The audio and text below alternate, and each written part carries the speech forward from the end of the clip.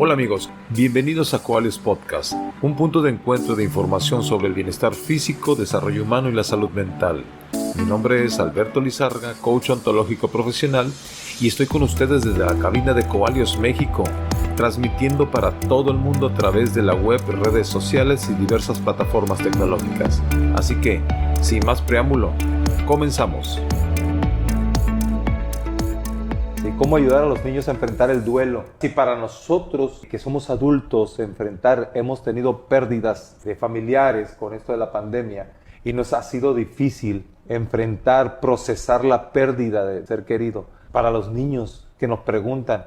Bienvenida, Alexia, a tu espacio y gracias por acompañarnos. Hombre, gracias a ti por la invitación. Yo estoy muy contenta de hablar de ese tema que creo que es importante continuarlo, ¿verdad? Ya estamos hablando como que del duelo, pero últimamente los motivos de consulta o las llamadas a consultorio han sido más por este tema, del cómo le hago yo porque falleció el abuelo, la abuelita, el tío, la mamá, el papá. Estamos en un momento en una pandemia donde muchos de nuestros familiares pues se han ido y pues les ha tocado a los pequeñitos, ¿no? También en casa vivir todo, ¿no? Y es un tema que da mucho de qué hablar y pues vamos poco a poco introduciéndolo. ¿Qué te parece? Claro, y fíjate que por ahí tengo un amigo, obviamente no voy a decir el nombre, que hace tiempo me habló, me dice... Oye, dice, ¿cómo le hago para explicarle a mis nietas que su abuelo, me están preguntando, o sea, su abuelo acaba de fallecer el abuelito, y pues, o sea, les ha dolido mucho, ¿no? No sé cómo hacerlo, no sé cómo explicarle, ¿no? Entonces, sí. Nosotros como adultos, pues de alguna manera, pues lo procesamos bien, lo procesamos mal, quedamos enganchados con la pérdida, a veces... la sacamos, el duelo, bueno, pues ya lo aceptamos, entramos en la aceptación, pero cuando viene un niño y nos dice... ¿Cómo le hacemos? ¿Cómo le hago? O sea, ¿cómo le explico? Pues, ¿cómo le ayudo con ese dolor, con esa no aceptación o no entendimiento o no comprensión de la situación de la pérdida, ¿no? De un abuelito, de una madre, de un padre, y que ahora con la pandemia a veces se iba la mamá y se iba el papá luego, sí, ¿no? Han sido situaciones muy lamentables. O sea, han sido situaciones muy lamentables, muy dolorosas, muy caóticas, muy difíciles de comprender, tanto el impacto fuerte para el adulto como para los niños. ¿Cómo le hago? Claro. Dime tú que eres la experta, ¿cómo le hago si se me acerca un niño? ¿Cómo le hago para decirle y explicarle la pérdida, o sea, para que la comprenda, ¿no? Fíjate, Alberto, que esa es una de las principales preguntas, ¿no? ¿Cómo se lo voy a explicar? Entonces,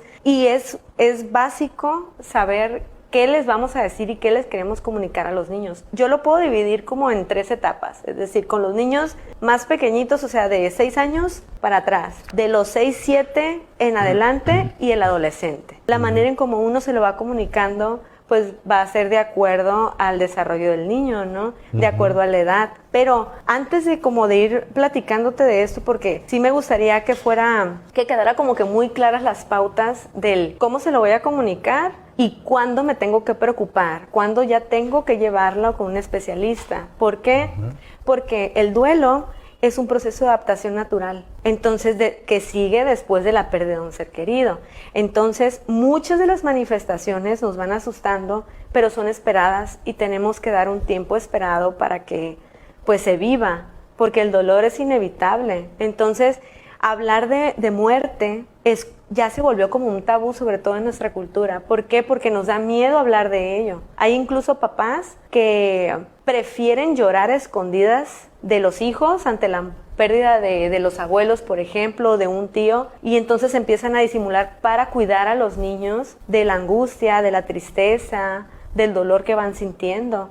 Entonces, ¿pero por qué? Porque se le va quitando la naturalidad a este proceso. Lo primero que tenemos que nosotros tener muy claro es que la muerte es verlo con mucha naturalidad. Es un proceso de vida, es como los zapatos que traemos puestos que se nos van desgastando y el cuerpo se va desgastando y llega un momento en que ya no sirve y pues nos vamos a morir. Eso está bien seguro. Y por alguna razón nunca consideramos que en algún momento nos vamos a morir y no preparamos a nuestros hijos para ese momento, porque inclusive se evita hablar de ello, lo evitamos. Entonces por eso ya es como un tabú, ¿no? Vivimos en el momento de evitar todo sufrimiento, de no aguantar nada, de no tolerar, de no soportar.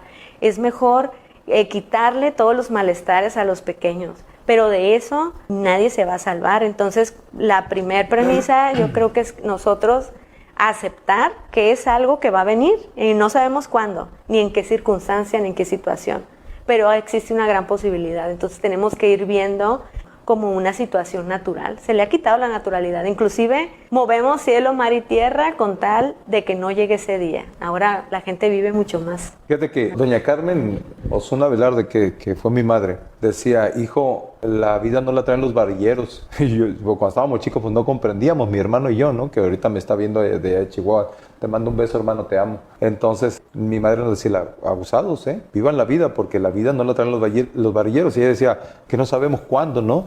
Uh-huh. Entonces, a mí me dicen, una vez estaba platicando con alguien que tienes razón en eso de que no quieren hablar de la muerte. Yo les explico, la muerte es parte de la vida. Nadie se va a escapar. Ni siquiera el hombre más rico del mundo va para allá. Ni siquiera el hombre más poderoso del mundo también le va a llegar. Es un proceso que todos inevitablemente vamos a vivir, ¿sí? Adolecer, el partir, el cerrar el ciclo de vida, ¿no? O sea, ese es algo inevitable. Pero hay un pensamiento, Alexia, que todavía prevalece y que ha estado en la sociedad, la creencia de que primero nos tenemos que ir los padres antes que los hijos. Es muy angustiante sí. Eso pensarlo. Y cuando yo se las volteo, y si se va tu hijo primero, ¿qué rollo? Incluso se ponen así, ¿no? Uh-huh. Entonces, una vez me dice uno, yo estoy consciente que me puedo ir yo primero, puedo cerrar mi ciclo de vida yo primero, pero también estoy consciente, no estoy esperándolo, pero estoy consciente que en cualquier momento me puede sonar el teléfono y que me digan, oye, ¿sabes qué? Uno de tus hijos...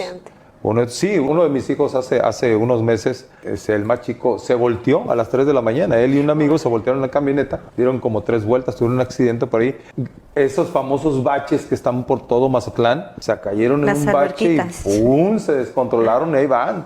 Entonces, afortunadamente no les pasó nada, ¿no? A las 3 de la mañana, porque andaban trabajando. Me habla a las 3 de la mañana y yo... Obviamente, por más que estemos en el área de la salud mental, fue algo impactante, ¿sabes qué? Nos volteamos y luego cuando te dicen, pero no te preocupes, todo está bien. No, ya cuando dicen no te preocupes es porque no está bien la cosa, Nada ¿no? Está bien. Y en ese momento, como cualquier ser humano y como cualquiera de ustedes que nos están viendo, fue el impacto y me quedé así, ¿no? A las 3 de la mañana, pero dije, ¡pum! Que sea lo que Dios quiera, si eres religioso o la teología que tú manejas, que sea lo que Dios quiera, y enfrenta esto y agarré la moto y ¡boom! Parecía Suzuki 1200 la moto, ¿no? A las 3 de la mañana, ¿no? Cuidándome en todos los semáforos y todo, ¡boom! Ahí te voy. Entonces, afortunadamente no pasó nada, pero en el trayecto yo ya iba listo, prepárate para lo que viene, prepárate para lo que vas a ver, prepárate, vete preparando. Sobre todo tantas cosas que has visto, sí, ¿verdad? Porque pues la camioneta dio vueltas, estos iban sin cinturón de seguridad, entonces ya iba mentalizándome a lo que iba a ver, ¿no? Entonces la mayoría de los padres no, todavía estamos con ese férreo pensamiento de que no, es que yo me tengo que ir primero que mis hijos. Y es que es muy doloroso el simple hecho de pensarlo. Entonces, igual hasta muchas personas es morir. Yo lo viví, o sea, ahora que me enfermé, ¿no? Uh-huh. ¿Cómo voy a dejar yo a mi hija?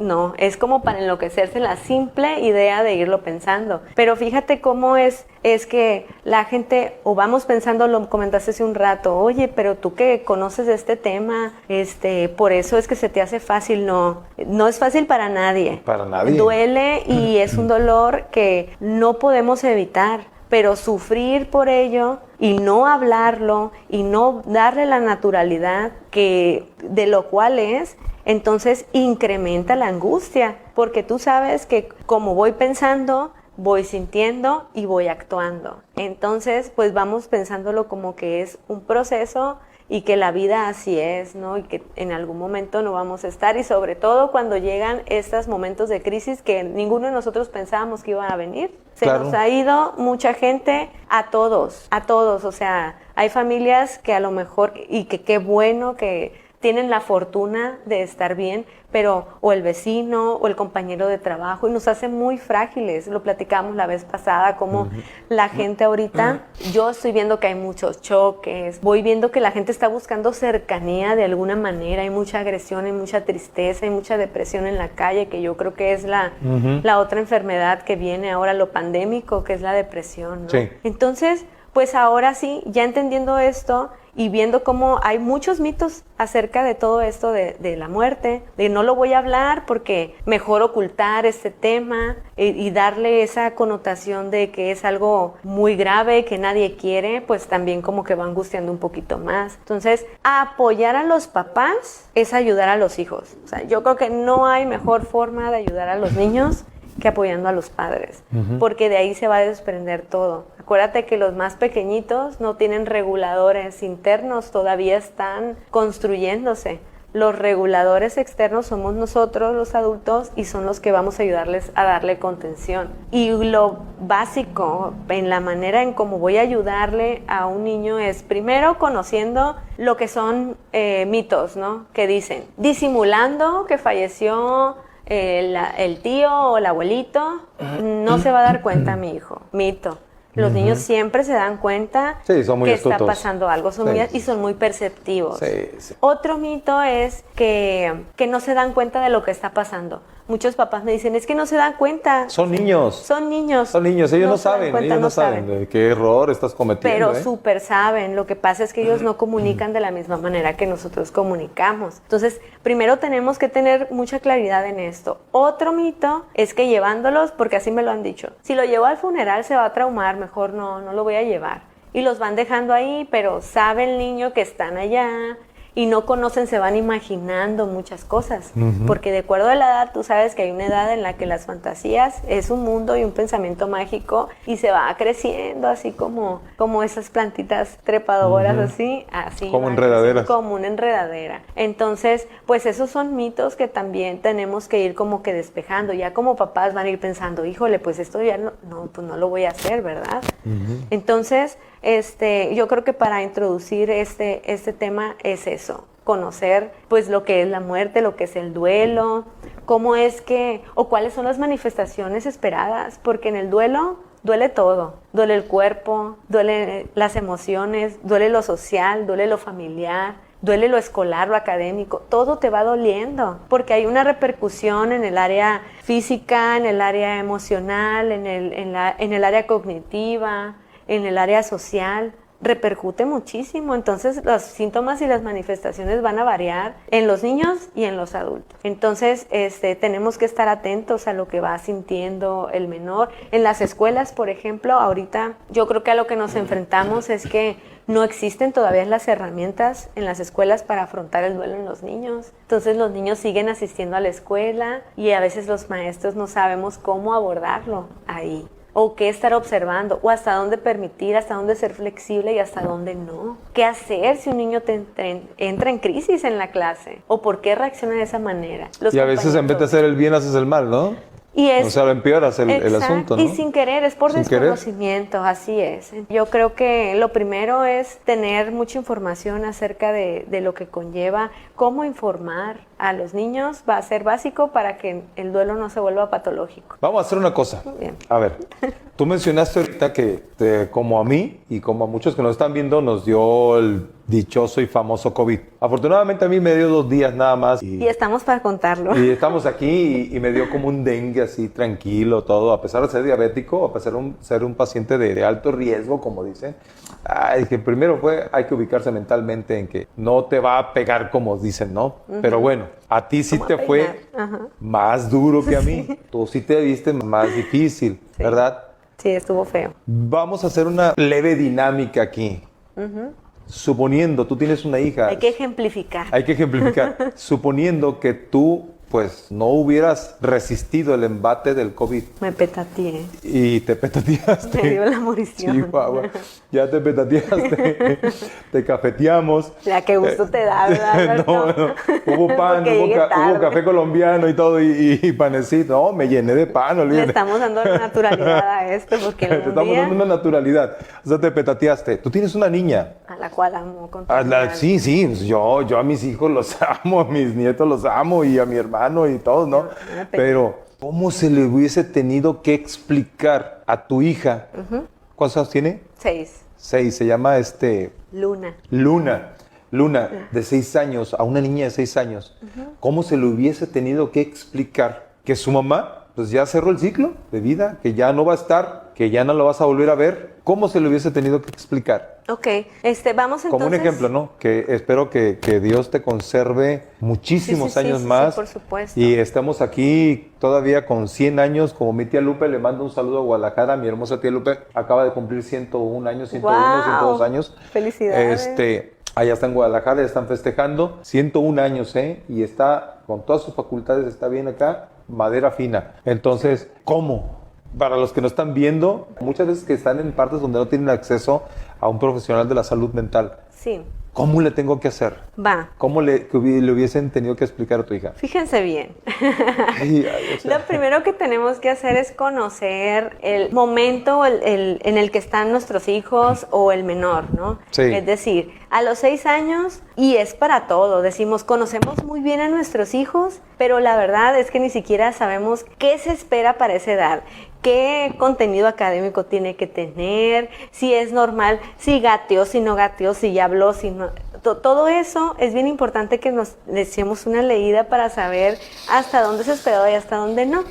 Entonces, a los 6 años todavía existe un pensamiento muy mágico. Entonces, yo puedo decir que lo voy a decir por encimita y al recto lo explico para dar el ejemplo, ¿sale? Yo considero que son como 4 premisas que no se nos tiene que olvidar y que tenemos que comunicar a los pequeños cuando vamos a informar acerca de la muerte de un ser querido. Lo primero que tenemos que tener claridad es que la muerte es universal, es decir, que a todos nos va a dar. Es jabón que no se gasta, como dicen. Entonces el niño tiene que saber que falleció el ser querido y que todos también van a fallecer, o sea que no es porque algo en específico le haya sucedido o que es un mal que nada más le aqueja a esa persona en su vida, no, es universal, es para todos, ¿sale? Que es irreversible, el niño tiene que saber que se fue y ya no va a volver, porque muchos niños fantasean con que va a regresar. Y muchos adultos se lo dicen. Y muchos adultos lo dicen, ahorita vamos para allá. Que ya no funcionó el cuerpo, hablarlo acerca de lo que es lo físico, que el cuerpo, así como te dije de los zapatos que no sirven, que es una situación del cuerpo y que el cuerpo se va desgastando. Eso lo tiene que tener muy claro el niño. Entonces, y el otro sería, es universal, es irreversible, que es incontrolable, que no tiene nada que ver, que nosotros no podemos controlar eso. Es decir, que no es culpa de nadie, que es algo que, porque muchos niños también fantasean, es que no le hice caso y se enojó conmigo y se murió.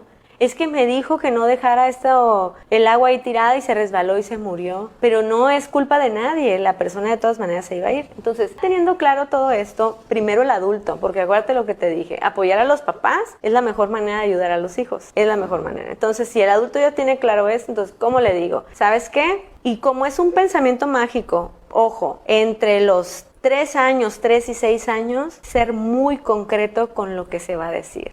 Imaginemos, tu mamá murió y ya no va a regresar y solo va a vivir en nuestro recuerdo. Y entonces, esa información así de concreta se tiene que dar porque es un mundo de los niños, es un pensamiento muy mágico y a veces se dice, es que nos abandonó, se fue de este mundo, nos dejó o se quedó dormidito y ya no va a volver o es que se fue al cielo. Nada de eso está permitido de decir a esa edad. ¿Por qué? Porque entonces el niño comienza a fantasear, la niña va a fantasear, me va a decir, entonces si se fue al cielo, yo también me quiero ir al cielo y ya la voy a ver. Abren posibilidades. Si se quedó dormida, yo ya no me quiero quedar dormida, no me va a pasar lo mismo que mi mamá. Si me explico todo lo que puede ir fantaseando. Entonces a los niños entre los 3 y 6 añitos es concreto, no dejar abiertas más posibilidades. Entonces vienen las preguntas. ¿Qué me puede preguntar? Es decir, en nuestro recuerdo, si va a vivir en nuestro recuerdo, ¿qué recuerdas de tu mamá? No, pues yo me acuerdo que mi mamá me llevaba a las nieves, me va a llevar a las nieves en Navidad, o me va a llevar a las nieves el fin de semana. No, ya no puede llevarte las nieves el fin de semana. Pero cuando tú compres una nieve, te puedes acordar de ella. Y ahí es donde va a vivir en tu recuerdo, pero ya no la puedes volver a ver. A esa edad, no dejar posibilidad a que piense en que va a volver de alguna manera. Tiene que quedarle bien lo irreversible y lo universal y la naturalidad de la muerte. Y que la única manera en que lo va a recordar es en su pensamiento, así. Y ahí viene una cosa, porque yo he visto que pasa, ¿no? Y cuando el niño te pregunta, ¿y yo también voy a morir? ¿Qué le contestamos? La claridad de siempre, ¿Sí? Por supuesto, pero no sabemos cuándo va a pasar eso. Porque eso no tenemos control. Acuérdate de lo incontrolable. Sí, claro. No tenemos control sobre eso, no sabemos cuándo va a pasar, pero tu cuerpo está muy saludable. Y ahí explicarle con la naturalidad de que lo que le pasó a tu mamá fue que se enfermó de un virus, que le sucedió esto, que le atacó el cuerpo. Con esa naturalidad hay que irle explicando. No decirle que está con Dios o que eso hay que evitarlo porque entonces van generando otros pensamientos. Tiene que ser muy concreto. Nos asusta decirlo así tan directo, porque sabemos el dolor que implica. Por eso siempre es la pregunta a él, ¿quién se lo dice?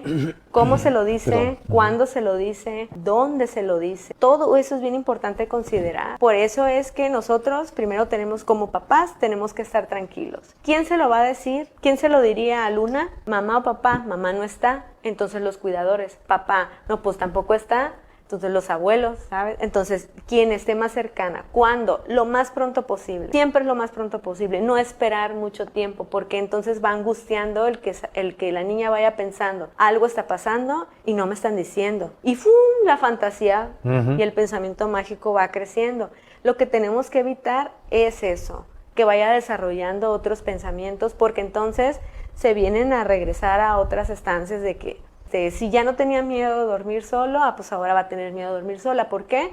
Porque ya le dijeron que la mamá pues se fue al cielo y entonces va a creer que se le va a aparecer en algún momento. Y va a salir del closet, ¿no? Le va a dar miedo, pues.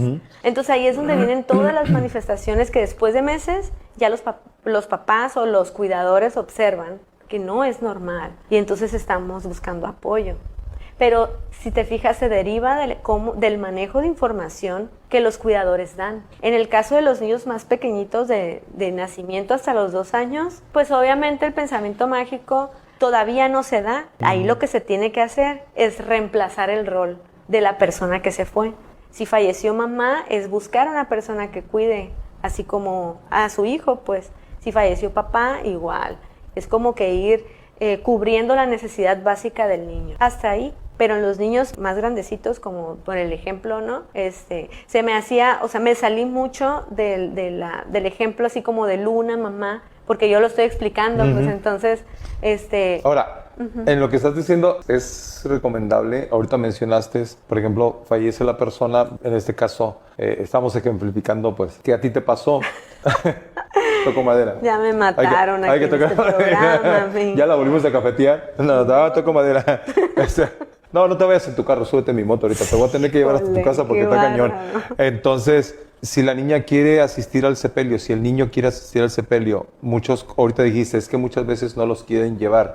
¿Qué es recomendable? Tú como profesional de la salud mental, ¿qué es recomendable? Si el niño a esa edad de 3 a 6 años quiere ir al sepelio, quiere ver, ¿es recomendable o es...? Se puede hacer, inclusive puede ser sugerido para que viva el ritual de que cada familia lleva, porque entonces se va quedando en otro lado y va desarrollando muchos pensamientos.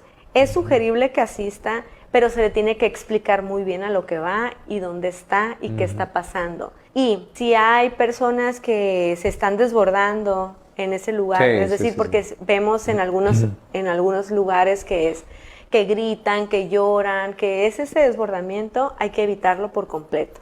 Tal vez llevarlo un momento para que esté acompañando a la familia, que entienda, porque el dolor no se debe de ocultar. El que lloren en silencio, el que se escondan para hacerlo, lo que están haciendo es informarle al niño que el dolor se tiene que esconder. Y entonces nosotros tenemos que ser un canal para la expresión de las emociones del niño.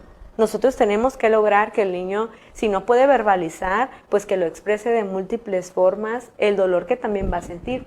Porque a veces eso pasa, es decir, pasa mucho cuando fallecen los abuelitos. En este caso porque mamá o papá están muy tristes y a veces no tienen, por decir, cabeza, como se dice coloquialmente, no tenemos cabeza ni siquiera para ver qué está pasando con el niño, se me olvidó darle de comer, se me olvidó esto, darle otro, pero sí, entonces sí es muy importante por eso que nosotros vayamos teniendo un manejo de esta información, de que existe una grande posibilidad de que esto vaya a suceder, de que alguien se va a ir. Entonces, al momento de informar al pequeño, se tiene que tener mucha tranquilidad, mucha serenidad y dar contención. Si yo no estoy contenido, si yo no estoy con esa tranquilidad, es mejor no informarlo hasta que se pueda, porque van a surgir muchas preguntas y es mejor tener esa claridad. Eso que te voy diciendo, lo que es universal, lo que es incontrolable, que es irreversible y que es por una situación de que el cuerpo pues ya no funcionó.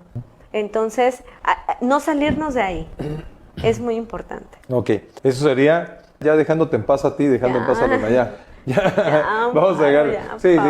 Eso sería en un pequeño de 3 a 6 años, que predomina lo que es el pensamiento fantasioso, como tú lo dices. Pero de 6 años en adelante se maneja de la misma manera, a rimpelón decirle así, o sea, cartas sobre la mesa, que no es tanto, siempre decimos, no es tanto lo que dices, sino cómo lo dices, ¿verdad? Claro, entonces ahí es la pregunta, ¿quién lo dice? ¿Cómo lo dices? ¿Cuándo lo dices? El cómo, cuándo, dónde y por qué. Sí, así es. Es la magia, ¿no? Las 4 preguntas básicas. Entonces, el cómo es con lo que te voy diciendo, con mucha claridad, con mucha serenidad, con esa disposición para dar contención a un niño. ¿Dónde? Tienes que apartarlo en un lugar que esté tranquilo, que no esté en evidencia de los demás, porque sabes que vas a comunicar algo doloroso y que es muy probable o que te conteste con muchas preguntas, que llore, que se ponga triste, que no sabemos la reacción del pequeño. Entonces, por eso es importante que tenga ese espacio el pequeño para que se sienta libre de llorar, de gritar, de patalear si quiere. Y hay que tener flexibilidad. Y hay que tener la paciencia, ¿no? De por entender supuesto. Que está fluyendo el dolor. Tenemos que validarla. Claro que sí. Porque entonces eso va pasando, que nosotros vamos invalidando lo que vamos sintiendo. Es decir, no, que son errores muy comunes que todos cometemos, ¿no? Cuando fallece, pues, algún familiar de algún conocido. Todo va a estar bien, no, hombre, no llores. O hasta cuando fallece un amiguito. Todo va a salir bien. Estás invalidando por completo lo que la persona está sintiendo. Pues si te duele y llóralo y súfrelo, yo también estoy triste y aquí estoy para ti. Y entonces conforme pasen los días, porque tampoco se tiene que decir tanto, es dar la explicación, porque entonces, fíjate cómo fue la expresión. Así lo digo a rimpelón, así lo digo, es que eso así pasó, es que así fue, y entonces... Concreto. Sí, acuérdate de los secretos familiares. Hay muchos secretos en todas las familias que no se van diciendo, pero que nos hacen actuar de muchas formas. Mejor hay que decir las cosas, porque eso genera más tranquilidad. Si tienes un buen diagnóstico de lo que te está pasando, sabes cómo intervenir, sabes qué hacer, sabes qué decir, pero si no tienes certeza, algo así como me dijiste de la llamada, no, todo está bien, no, ya sé que nada está bien, porque esa es la tendencia, a ir ocultando, eso es lo que está pasando en nuestro entorno, ocultar el dolor, pero es bastante válido sentirse mal y es bastante válido equivocarse de múltiples. A final de cuentas, adolecer es parte de ser humano. Exacto. Entonces, ok, de 6 años en adelante. ¿Cómo se lo digo? ¿Cómo se lo digo? Si ya mi hijo mis hijos tienen 6 años, mis hijos ya, el más chico tiene 24 años, ¿no? Ya si ahorita me pasa algo a mí, ya van a decir, bien viejo, que te vaya bien, ¿no? Vas a andar en tu moto allá, por donde sea, nomás. Sí. Pero a esa edad, de 6 años a 10, 12 años, por ejemplo. Ahí la idea sí es comunicarlo también, como dices, a rimpelón, ¿no? O sea, decir las cosas.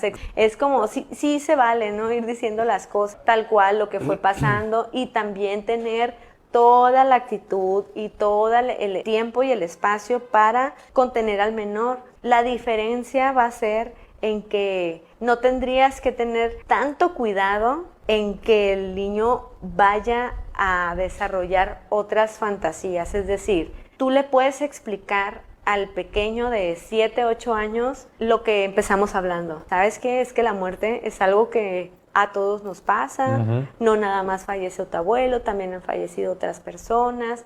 Todo eso al niño de 8 o 9 años sí se le puede decir, porque ya lo va entendiendo. ya lo va comprendiendo. Si tú le explicas al niño de 5 años, es que todos nos vamos a morir, al niño no va a agarrar el rollo, pues él todavía va a ir pensando otras cosas. Con el niño pequeño es concreto, pasó esto y esto, no más. Y con el más grandecito... Con el más grande, ya es un pensamiento más realista, no tan fantasioso, ¿no? El que maneja. Explícale que esto es irreversible, ya no lo vas a volver a ver, entonces, y así con una explicación un poco más larguita, tú puedes apoyar al menor. En eso va a variar, que ya en esa edad es bien importante ir checando con ellos las manifestaciones que van teniendo, porque está pasando muy comúnmente en niños de 8 o 9 años que me dicen que andan como si nada. Ay, es que andan como si nada, como si nunca hubiera tenido un tío o un abuelito y eran bien unidos. Ese aplanamiento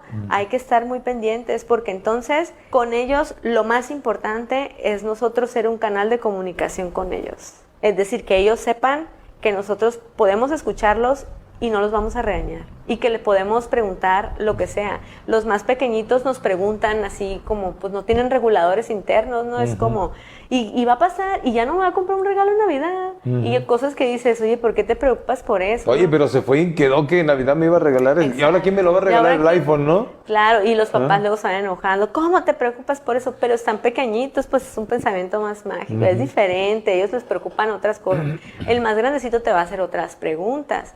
A él sí le vas a ir explicando con un poquito más de realismo qué está pasando, por qué sucedió. Le puedes explicar de qué se enfermó o por qué, en qué momento se fue desgastando su cuerpo. Y eso es cuando es una enfermedad. Cuando es un accidente, es distinto. O que acaban de estar con la persona y a la media hora, a la hora, ¿sabes qué? Que es lo más impactante, ¿no? Hay que evitar... Los eventos súbitos. Sí, y hay que evitar, como habíamos comentado hace un ratito, que vean el desbordamiento de las personas. Porque una cosa es que te vaya doliendo y que lo vayas expresando y que lo vayas diciendo, pero con ellos lo preocupante es que a veces no quieren hablarlo, que no quieren decirlo, porque como ya tienen un mundo interno un poco más establecido, ay, si me pongo a llorar ahorita, pues mi mamá se va a enojar o se va a poner más triste, o entonces ellos ya van tomando sus propias decisiones y nosotros hay que brindar herramientas. Hay muchas actividades que se pueden hacer en casa, si quieres al final lo vamos hablando. Ok, eso sería, para no agotar tanto el tiempo, en el adolescente. Ahí sí tenemos un poquito más de bronca, de problema, porque se está combinando una noticia fuerte de la pérdida con los cambios de la adolescencia, los cambios hormonales, la rebeldía. Ya ves, y la mala relación con los padres. La mala relación con los padres. Entonces, ahí va a haber una combinación de trinitotolueno, o sea, que puede ser una bomba, ¿no? Claro. ¿Cómo lo afronto con mi hijo adolescente que está en plena edad hormonal, inestable emocionalmente, siempre anda aislado, siempre anda renegando, siempre anda peleando, no hace caso? ¿Cómo abordarlo ahí? Aquí la situación más preocupante es por eso que acabas de decir. Al momento de que sucede esto, como el adolescente tiende a aislarse, porque ya está buscando una vida fuera de sus papás, pues. Es decir, ya te lo llevas a la escuela, bueno, en la vida no. Ya se está emancipando. Sí, ya ellos ya buscan un lugar en el mundo distinto al rol que tienen en casa. Cuando eres un niño, pues el único rol que puedes desempeñar es el que te otorgan tus papás. Pero ya como adolescente, por eso van probando vestirse de una manera o de otra, y así los ves así como que muy difusos, haciendo una cosa, otra desesperado porque prueban otras cosas.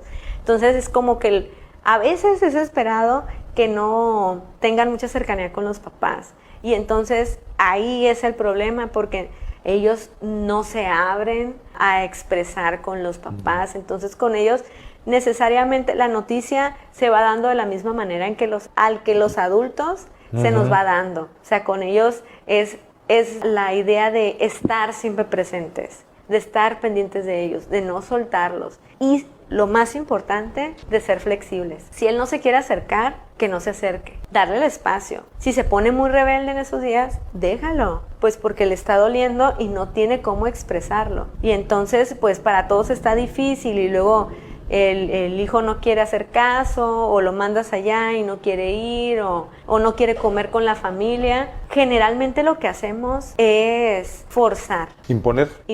Ser impositivos, Exacto. ¿no? Al final de cuentas. Con ellos no, aquí más que hablar acerca de cómo le digo, ya se dio cuenta. Antes de que tú te acerques ya supo, ya contestó el teléfono primero, ya se enteró por Facebook, ya se enteró por muchos lados lo que está pasando, ya escuchó. Entonces, más que enfocarnos en cómo se lo digo, porque, y con lo mismo, ¿no? Con las mismas premisas de que pues a todos nos va a pasar y pues tuvo que pasar en ese momento, no como lo esperábamos, porque lo platicábamos por las pérdidas familiares que hemos tenido. Es más difícil para la familia aceptar la muerte de un familiar que estaba enfermo. ¿Por qué? Porque, o al revés, es más sencillo, porque lo vemos que está sufriendo. Entonces, porque te vas haciendo la idea, ¿no? Sí, te vas, y lo vas acomodando y dices, bueno, se fue y ya no está sufriendo, ya no le duele nada, y entonces duele. Ajá. Pero lo vas acomodando. Cuando es un accidente, o sea, para la persona dicen, pues es mejor porque no sufrió. Cuando fue de un momento a otro, no sufrió, pero la familia se queda con todo el dolor porque es inesperado, no lo procesa. Entonces,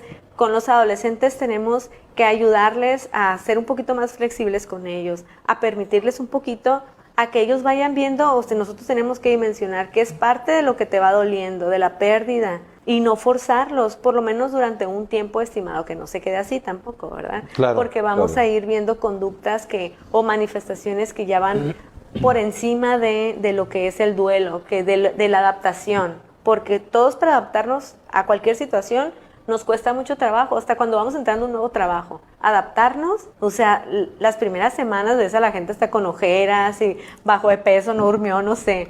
Imagínate cuando es el dolor de una persona querida, de un ser amado, pues... No, y el enganche que se da, yo he visto casos de personas que, por ejemplo, se muere la pareja, el esposo, la esposa, diario antes de irse a su trabajo van al panteón, y eso lo hacen por meses, incluso por años. O sea, no sueltan, no dejan ir, ¿verdad? Ni viven la vida tampoco, porque pues no dejan ir, ¿no? Claro. O sea, no han aprendido a soltar.